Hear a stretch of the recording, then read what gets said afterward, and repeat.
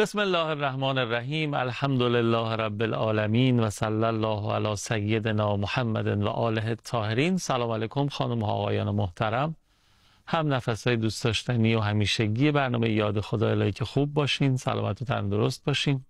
خیلی ممنونم که کاراتون یه جوری تنظیم کردین تا الان مقابل تلویزیون بنشین و یاد خدا تماشا بکنید. الهی که اینجا به شما خوش بگذره، برنامه براتون مفید باشه، به دلتون بنشینه. احتمال خیلی خیلی زیاد این اتفاقات مبارک خواهد افتاد براتون، به دلیل اینکه استاد محمدی شاهرودی عزیز رو داریم در برنامه که بعد از فاصله که میگیریم و برمیگردیم گفتگومون رو شروع میکنیم. در محضر شما یه صلوات بفرستیم و بریم و برگردیم. من سلام میگم خدمتشون. اللهم صل علی محمد و آل محمد و عجل فرجهم. اللهم صل علی محمد و آل محمد و عجل فرجهم. صلوات رو هر جایی میفرستی حس خوبش رو دریافت میکنی، اون حالت معنوی و نورانیتش رو آدم احساس میکنه. اما یه سری جاها هست وقتی صلوات میفرستی مضاعف میشه این احساسات قشنگ، مثل این جایی که ما الان هستیم. امامزاده با صفا و نازنین و دوست داشتنی امامزاده ابراهیم و محمد علیهم السلام در شهر مقدس قم که ما نایب و زیارتون هستیم. انشالله شما مشرف بشید به زودی. سلام علیکم و رحمت الله. سلام علیکم و رحمت الله. عزیز خوش آمدید. ممنون، شکر. اعوذ بالله من الشیطان الرجیم. بسم الله الرحمن الرحیم. الحمد لله رب العالمین و صلی الله علی سیدنا محمد و آله الطاهرین. عرض سلام و ارادت دارم محضر دوستان عزیز بیننده و عرض سلامتی، طول عمر، توفیقات روز افزون، عرض قبول طاعات، عبادات و این تلاش‌هایی که در جهت تفقه در دین، تعلیم و تعلم برمی‌دارن ان شاء الله خداوند قبول کنه. بسیار ارزشمنده. یه حدیثی است هم از امیرالمومنین داریم، هم از امام باقر، هم از امام رضا. من حدیث تمام دیدم، شاید ایمکی هم فرموده باشه. من اون حدیث امام باقر رو که تحف العقول نقل کرده خدمتتون میخونم. امام باقر رو بودن: الکمال کل الکمال، التفقه فی الدین و صبر علی النائبه و تقدیر المعیشه. همه کمال، مقصد همون کماله. کمال و همه کمال و مقصدی که انسان باید سمت اون مقصد پیش بره در سه چیز خلاصه میشه. یک، معرفت دینی داشته باشه، تفقه در دین، آشنایی با دین. تفقه در دین سه شاخه میشه: فقه اکبر که این بحثی که ما الان داریم که عقاید باشه، فقه اوسط که اخلاق و تربیت باشه، فقه اصغر که همون فقه مصطلح و احکام باشه. الان بحث ما فقه اکبره، اعتقادات. بله. فرمود که التفقه فی الدین یک و صبر علی النائبه، بردباری در مقابل سختی ها و گرفتاری ها انسان از پا در نیاد و ناامید نشه، و تقدیر المعیشه، زندگیش هم برنامه داشته باشه، حساب کتاب داشته باشه، تو زندگی با برنامه پیش بره، روزش برنامه داشته باشه، هفتهش، سالش، ماه، خلاصه عمرش با برنامه باشه. بخش اقتصادیش برنامه داشته باشه، دخل و خرجش با هم بخونه. خب خیلی ممنونم استاد. ما هفته گذشته رسیدیم به افعال خدای بزرگ و مهربان. اولیش عدل الهی بود که سوالی مطرح شد که چرا، یعنی در واقع شبهاتی مطرح راجع به عدل از گذشته تا به حال شما فهمیدین که بوده، بین علما بوده، رواج داشته اینها، که آقا چرا ما فقیریم، عده غنیان، چرا بعضیا سالمن، بعضیا اونطوری، بعضیا، خلاصه تفاوت هایی که توی جامعه وجود داره بین افراد و بین جایگاه مختلف. این شبهه رو وارد میکنن. شما فرمودین 5 نوع نگاه به این ایرادات و اشکالات، پاسخ به اشکالات. آره، 5 مدل پاسخ داده میشه که فرمودین روش پنجم روش حکمای مسلمان یا بیشتر شیعه میتونیم بگیم، فرمودیم چون بیشتر حکما شیعه بودن، راجع به اون فرمودیم میخوایم تمرکز بکنیم و پاسخ اونها رو در واقع به این اشکالات و ایرادات بررسی کنیم. ما سراپا باشیم. کارش من مطلب اول که عرض کنم اینه که تمام این ایرادها و اشکالها، یعنی مثلا حالا ما بخشش عرض کردیم و سوالهای فراوان دیگه هم هست، همینجا عرض کنم که بعداً به پرسش‌های دیگه در همین زمینه خاص جواب خواهیم داد. شما خواهید پرسید مثلا چرا خدا بعضی را ناقص الخلقه خلق کرده؟ آره. چرا بعضی مثلا مریضن؟ چرا خدا مریض شد؟ چرا میمیرن؟ خیلی ما سوالات داریم که میگه خدا پدر منو گرفت، با خدا قهرم، چرا خدا این کارو کرد؟ این بخشی از همین سوالی که حالا اینا باید تک تک باید جواب داده بشه. اونجا باز عرض میکنم همه این ایرادها، اشکالهایی که وارد شده بر عدل الهی رو میشه در 2 سرفصل جمع کرد. بله. یک، چرا باید در کار خدا تفاوت و تبعیض وجود داشته باشه؟ خدای عادل چرا باید در نظام آفرینش چی باشه؟ تبعیض قائل میشه. تبعیض و تفاوت. همون شعر بابا طاهر، یکی را میدهی 100 ناز و نعمت، یکی را نان جو آغاشته در خون. چی تفاوت داره؟ چی؟ یکی این. دوم، چرا باید در نظام آفرینش شر و بدی وجود داشته باشه؟ مثل بیماری، مثل نقص خلقت، مثل جنگ. یه ویروس میاد چند صد هزار نفر، چند میلیون نفر. چرا باید کرونا باشه؟ چرا باید اسرائیل باشه که اسرائیل از کرونا هم بدتره؟ واقعا این شر و این بدی ها چرا خدا خلق کرده؟ تو این 2 بخش صحبت خواهیم. یکی تفاوت و تبعیض، یکی شرور و بدی ها. شرور و بدی ها، وجود بدی ها. وجود بدی ها. نسبت به اون بخش اول که تفاوت و تبعیض باشه، عرض میکنم که در نظام آفرینش از طرف خدا تبعیض نیست. خدا فرض کنید که کسی که یه شایستگی بیشتر داشته باشه بگه چون تو پسر خاله من هستی، شایستگی کمتر داشته باشه بگه چون تو پسر خاله من هستی کار کنم، درست استخدام میکنم، بیشتر تحویل میگیرم. بیشتر تحویل میگیرم. که نیست. از طرف خداوند تبعیض نیست. تفاوت هست که عرض خواهیم کرد باید تفاوت باشه.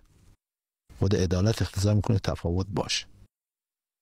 فرق بین تبعیض و تفاوت اینه که تفاوت از طرف گیرنده، تبعیض از طرف دهنده. من یه مثال ملموس بزنم. توی کلاس شما در نظر بگیرید یه وقتی معلم به یک دانشجو که مثلا ضعیفتر و درسش کمتر هست نمره خوب میده، یه دانشجو که بعضش خوب نمره بد میده. این کلاس با چشم نگاه نمیکنه، تبعیض قائل میشه. همینطور میگه که اون مثلا فرض کن قوم و خویش ماست، یا مثلا فرض کن هم حزبی ماست، هم فکری ماست، پس ما براش یه رانتی در نظر بگیریم. اما این که نه هم حزبی ما نیست، نه بلش کن. این تبعیضه. اما اگه نه اون درسش خوب بوده نمره خوب گرفته، اونم درسش بد بوده نمره بد گرفته، این تفاوته. بله، از طرف خودش وجود داره. خودش گرفته، اون که 20 گرفته خودش گرفته، اونم 0 گرفته. چیه؟ تفاوت هست، بوده تفاوت به جاییه دیگه. درست. اصلا تفاوت هم به جاست. آمین فرمودن که اگر تفاوت نبود، فرمود الناس خیرن ما تتفاوتو فاذا استووا هلكوا. مادام مردم با هم تفاوت دارن، با که تفاوت هست، مردم با خیر و خوشی زندگی میکنن. مساوی شدن هلاک میشن. عجب. بله، تفاوت حتما باید باشه، اگه نباشه ظلم دیگه. اگر یه معلم، پس میتونیم بگیم تفاوت ذیل همون عدل خدا. بله این عدله. همون استاد که ما گفتیم بیاد به من بهش همه شما میدم 15. نمیتونم. این تفاوت نیست دیگه. من چون آدم عادلی هستم میخوام به همه شما بدم به عدالت 15. مثلا که عین بی عدالتی، ظلم دیگه. یکی نمرش مثلا 5 بهش داده 15، یکم نمرش 20 اونم داده 15. تفاوت باید باشه. کسی که 10 ساعت کار میکنه ببین با کسی که 1 ساعت کار میکنه اینا با هم مساوی باشن. همینطور. کلی زحمت کشیده، درس خونده، مثلا مهندس شده، پزشک شده، بگیم تو هم ساعتی انقدر حقوقت، اون کسی هم که درس نخونده و این راه رو نرفته و مستقیم اومده سر کار، بگیم تو هم همین به اندازه پزشکی حقوق بگیرید. اینجا با تفاوت باشه. یه چیز دیگه هم از اون فرمایش که از تعمیر بود فرمودین که اگه تفاوت نباشه همه یه جور باشن همه چی از بین میره. حاکمیت هم همینطوره، یه جامعه. بله. واقعا اگه نباشه میگن اون جامعه بالاخره از بین خواهد رفت. همینطوره. اگه تفاوت نباشه، حتی این مثلا مادرایی که دو قلو همسان دارن، اگه اینا هیچ تفاوت با هم نداشته باشن، گاهی تفاوتشون کمه، مادر اشتباه میکنه. تو افتاده بچه گریه میکنه، بچه الف گریه میکنه، الان شیر دادم که در واقع اینو شیر نداده، بچه برو شیر داده بود. اون بچه گریه میکنه من که شیر نخورده. مادر میگه الان شیرش دادم که. این حتی اینجا بین 2 نفر هم حتی اینجوریه مشکل پیش میاد. چه برسه به یه جمع. آره، معلم با شاگرد یکی باشه، پدر با فرزند یکی باشه، فرمانده با فرمانبر یکی باشه، امکان نداره. پس تفاوت باید باشه و هست، و تفاوت عین عدالت. تفاوت از ناحیه گیرنده است، اون چی میگیره 0 گرفت حقشه، 20 هم گرفت چیه حقش.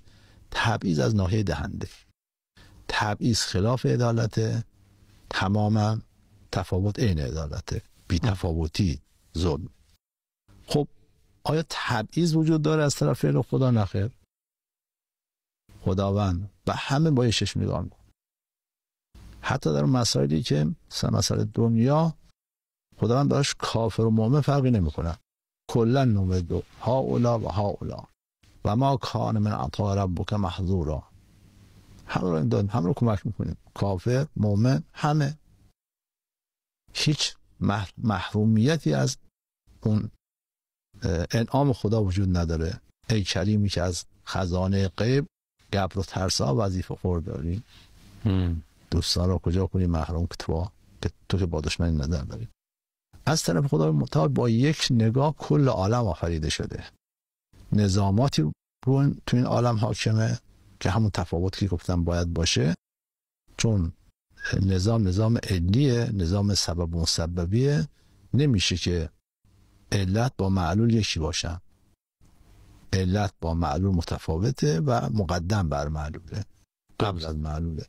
اما تبعیض از طرف خدا نیست. مثلا ببین 2 نفر شایستگیشون یکی بود، هر دو مؤمن بودن، خدا یکی رو گفت خب تو سلمان باش، یکی رو گفت مثلا تو فلان فرد گمنامی که حتی بهش دم نمیره باش. تبعیض غالب بشه، بگه چون مثلا سلمان با ما قوم خیشه بره تو بهشت، تو که قوم خیش نیستی برو تو جهنم. اینجوری نیست. از طرف خدا در شرایطی که افراد شرایطشون مساوی باشه، خداوند هم عدالتش کامل، همه رو شامل میشه. هیچ تبعیضی خداوند بین بندگاش. حتی عرض کردم اونجایی که بحث دنیاست، چون کافر فقط دنیا رو میخواد، آخرت که نمیخواد. در دنیا خدا فرق بین کافر و مؤمن هم نمیذاره. اما آیه که من خوندم مال سوره اسراء باشه، کلا نمدو هؤلاء و هؤلاء و ما کان من عطاء ربک محظورا. 2 تا مؤمن هم که مؤمن باشن بینشون فرق نمیذاره. 2 تا پزشکی که در شرایط همن، با هم مثل همن، فرقی نمیذاره خدا بینشون. بله یکی پزشک، یکی پزشک نیست، اینا فرق دارن، باز همون بحث تفاوته. بله. اما تبعیض تو نظام آفرینش وجود نداره. بله برخی از انسان‌ها از اختیارشون سوء استفاده میکنن و تبعیض غالب میشن. الان سازمان بین‌المللی اینجوریه، الان شورای امنیت اینجوریه. داشتم به این فکر می‌کردم. اون 5 نفر برای خودشون رانتی در نظر گرفتن، این تبعیضه. اونا شبه اونا با بقیه کشورها. سازمان بین‌الملل دیگه هم باید مساوی باشن دیگه. چرا باید من خوشم نیاد وتو کنم؟ همینطوره. ببین چه چیزی هم وتو میکنم. هیچ عقلی اینو قبول نداره، هیچ منطقی، هیچ وجدانی، انسانیت رو زیر پا میذارن و وتو میکنن. این تبعیضه. این تبعیض رو انسان ها از اختیار خودشون سوء استفاده کردن و تبعیض قائل میشن. حتی میبینیش مثلا فرض کن پدر و مادر بین فرزندان خودش تبعیض قائل میشه. یکی رو بهتر دوست داره، یکی کمتر دوست داره، که بهش حالا دوست داشتن چون هم محبت مال قلب نمیشه کاری کرد، اونو نمیشه کاری کرد. چون تو سوره مائده نساء هست یه جا خدا میگه که 1 2 تا 3 تا، حالا 2 تا باید ازدواج کنید، اما باید عدالت پیشه کنید. یه جایی تو همین سوره میگه شما هرگز عدالت نمیتونید. خب پس چرا شما اونجا گفتی بگیرید عدالت پیشه کنید، اینجا میگه چی؟ هرگز عدالت رو نمیتونید پیشه کنید. تلاش بکنیم تو مسیر عدالت. اصلا نمیگه امکان نداره، هرچند تلاش کنید نمیتونید. هرچند همونجا جواب این سوال چی میشه؟ همونجا میگه هرچند تلاش کنید نمیتونید. آره. اینجا میگه عدالت پیشه کنید، اونجا میگه هرچی تلاش کنید نمیتونید عدالت. خب واسه اینه که یه وقت امر قلبیه. این آقا یه خانم بیشتر دوست داره از اون خانم، کار دلی دیگه. نمیتونه که بگه من پا میذارم رو دلم، میگم نباید هر دو مساوی دوستش باشم. به دلش هم بگه، به دل میگه نه، حرف رو قبول نمیکنم، من اون بیشتر دوست دارم. خب اینجا اشکال نداره، این عدالت اشکال نداره. اما این امکان پذیر نیست که میخواد اینا با هم مساوی باشن. چون دست انسان نیست دیگه. این دست انسان نیست که بخواد اما در عمل نه دیگه، میخواد لباس بخره برای 2 تا باید مساوی بخره، میخواد هزینه، میخواد پول تجیبی بده، نمیدونم میخواد نفقه بده، حتی میخواد وقت بذاره پیشون، میخواد بره، باید کاملا اونجا باید عدالت 100% مراعات بشه. آها جواب پس این شد. آره اما اونجاش بحث امر قلب که نمیشه کارش کرد دیگه، بیشتر دوست داره. خب این تبعیض ها در بین حتی میری آقا بدون دلیل، یکی میشه سوگلی میشه اون نمیدونم کلی براش خرج میکنی که خرج نمیکنی، این تبعیضه. یک فرض کن مدیر یک مجموعه میبینی که بعضی از کارمندا رو بهشش میگه اون بعضی بهشش میگه، تبعیض قائل میشه، یک نفر رو بهش مثلا حالا جایزه میده، نمیدونم چیز از این قبیل، به یکی نمیده. خیلی ممنونم. اگه اجازه بدید ما یه فرصتی بگیریم از دوستان، برگردیم راجع به فرمایشات شما به تأمل داشته باشیم و بعد ادامه صحبتاتون داشته باشیم. بفرمایید. خواهش اللهم صل علی محمد و آل محمد و عجل فرجهم. منم مثل شما سراپا گوشم، بحثمون گل انداخته، بشنویم و استفاده بکنیم.